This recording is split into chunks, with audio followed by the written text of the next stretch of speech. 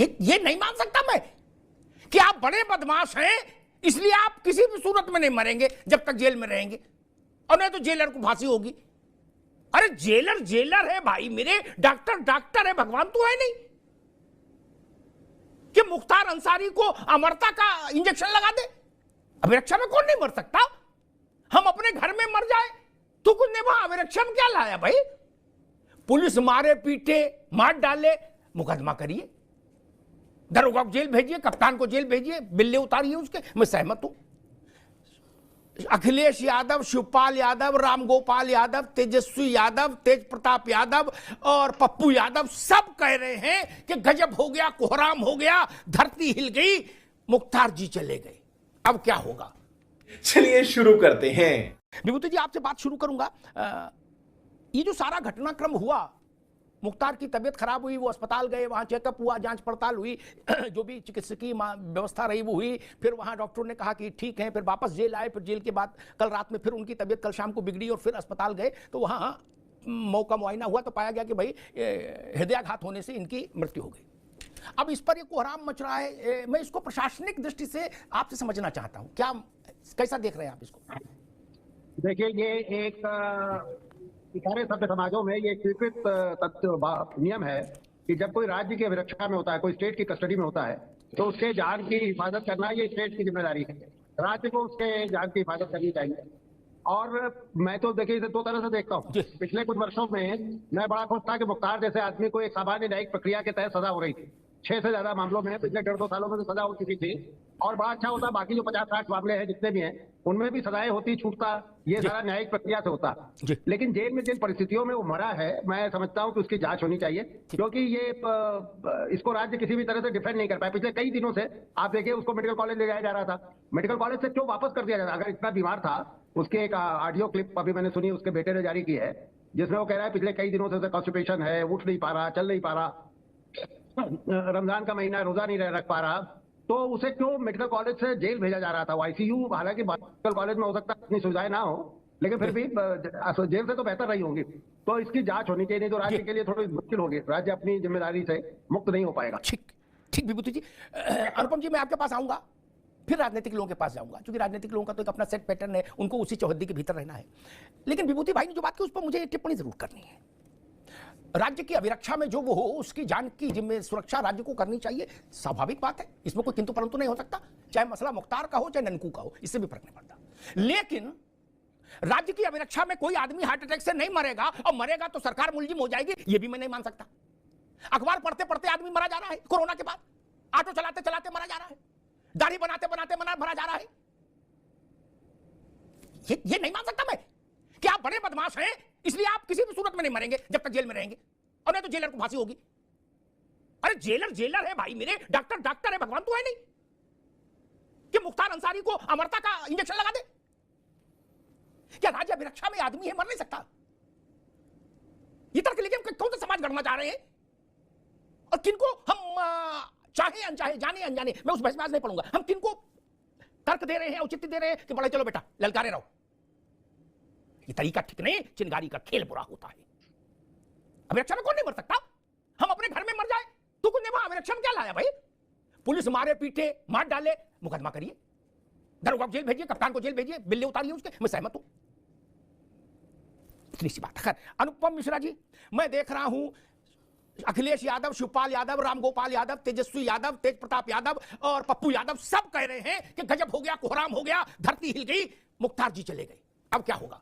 इसकी बड़ी जांच होनी चाहिए। और मतलब मुझे तो सबके स्वास्थ्य की चिंता है, इतना दुखी है सब, इतना दुख राजनेताओं का मैंने इस देश के तमाम विभूतियों के, बड़े बड़े संत महात्माओं के महाप्रयाण के अवसर देखे, बड़े राजनेताओं के देखे, इतना दुख नहीं देखा जितना मुख्तार अंसारी के समय में मुझे दिख रहा है। अनुपम जी।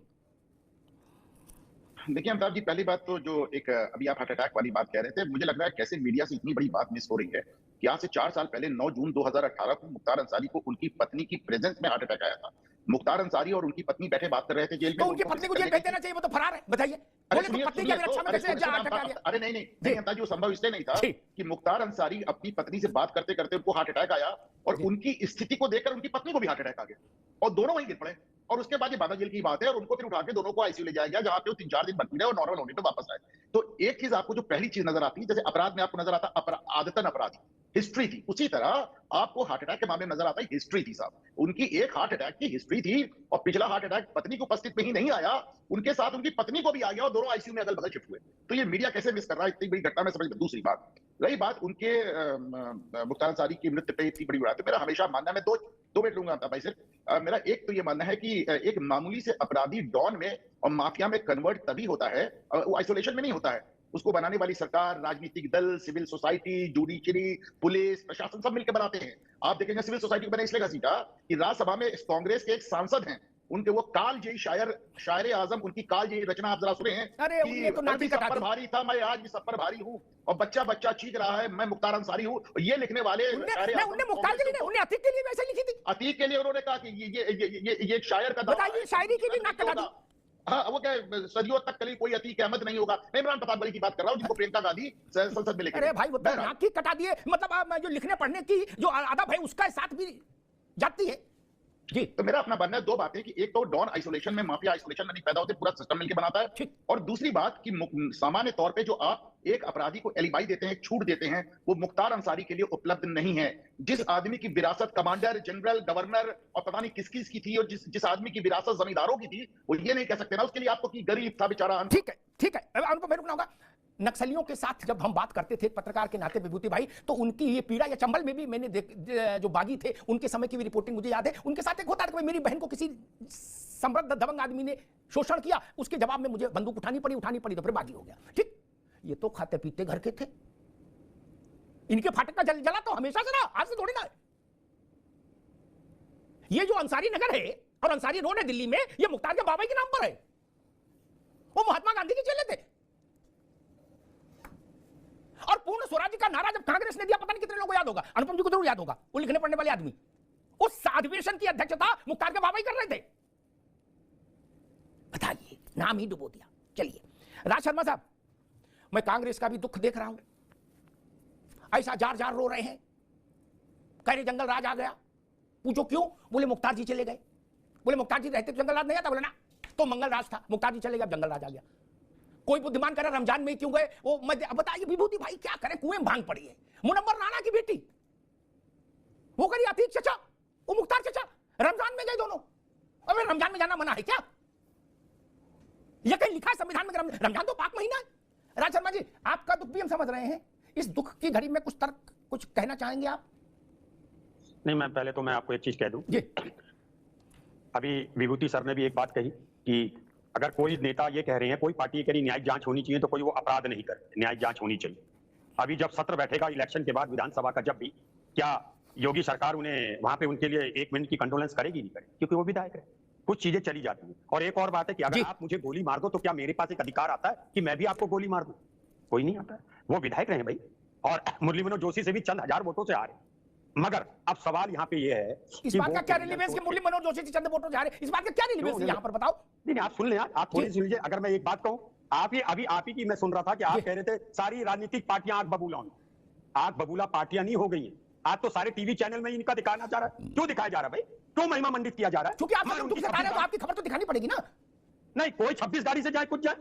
मैं तो अतीक अहमद में भी कहा था कि चॉपर से लाते उन्हें हीरो बना दिया। ठीक। तो मैं एक बात कहना चाहता हूं, इसमें कोई पार्टी कुछ नहीं कह रही। जिसने जो करा था, और जिसके घर का उसने मारा था, उसका दुख स्वाभाविक है। मगर एक और बात है, अगर दुश्मन बगल में रह रहा है और उसने आपके यहाँ कुछ भी करा हो और उसकी मौत में आप सार्वजनिक रूप से ये नहीं कह सकते कि मर गया, अच्छा है। अब जो कह रहा मैं इसको कह रहा, इसको बढ़ावा देने की। ठीक है राज बाबू, ठीक है राज भाई, ठीक है राज भाई, एक सेकंड बस। कोई किसी इस देश में जो सब कुछ उल्टा हो रहा है, वो 3 कारणों से हो रहा है। एक ब्राह्मण की इज्जत नहीं, एक गाय की इज्जत नहीं, एक गुरुग्रास। ठीक है राज भाई, आप अच्छे आदमी, आप मेरे बड़े प्रियकारी आदमी। आप रुको भाई, रुको। मैं जो तारिक खान के पास जाना, फिर अंत में विमल के पास जाऊंगा, भाजपा के पास, क्योंकि इनको सबका उत्तर देना। कई सारी पार्टियों ने इन्हीं पर ठिकरा फोड़ा है कि सब किया।